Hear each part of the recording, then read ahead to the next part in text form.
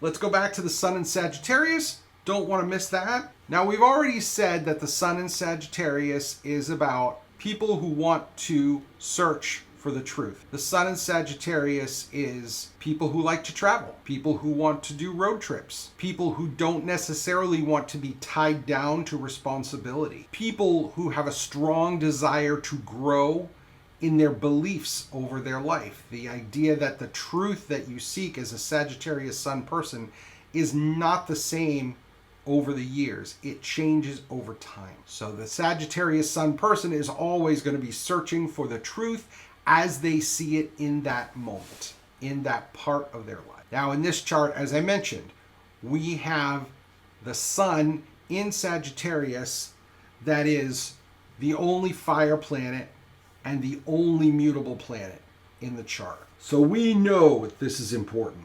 It's easy to say, oh, the sun's always important. In some charts, the sun is not as important as you would think. If it gets hidden in one of the cadent houses, the 3rd, the 6th, the 9th, or perhaps the 12th house, it's not necessarily as important. Okay, it can't always function as well in those houses.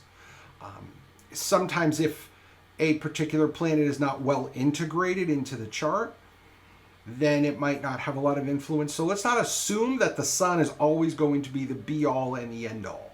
He is very important in Western astrology. Don't get me wrong, but he's not always as important as some of the other factors that are going on. In this case, he is the only mutable sign. The sun is the only mutable sign, and the sun is the only fire sign. But more than that, the sun is also unaspected. The sun does not have any connections in this natal chart. No conjunctions, no oppositions, no squares, no 90-degree angles, no 60-degree angles, sextiles, no 120-degree angles. Those are trines. There are none here, which brings the sun even more into focus. When we have the sun unaspected, folks, we call that the maverick. Okay, the sun in whatever sign it's in, if it is unaspected, this is a person who not only marches to the beat of their own drummer, but they're the ones who are completely owning their own space in the world. They don't say, I have to fit in. They say, I am going to create a space where I fit in.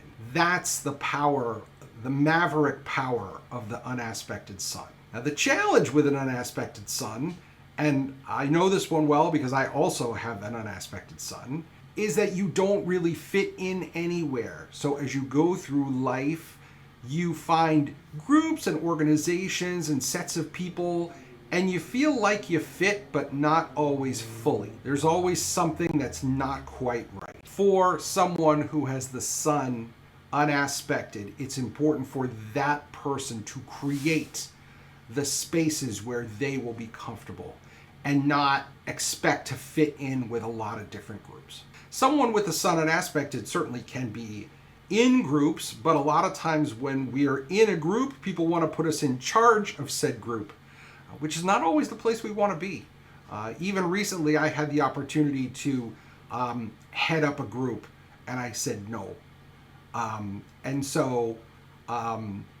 It's important for you to understand that when you see an unaspected sun, you have to understand this person is a maverick, and they are creating the spaces and places that are important for them. Before I forget, the sun is also in the first house. And when we see the sun in the first house, we actually understand that maverick nature is going to be magnified because that first house is about the ego.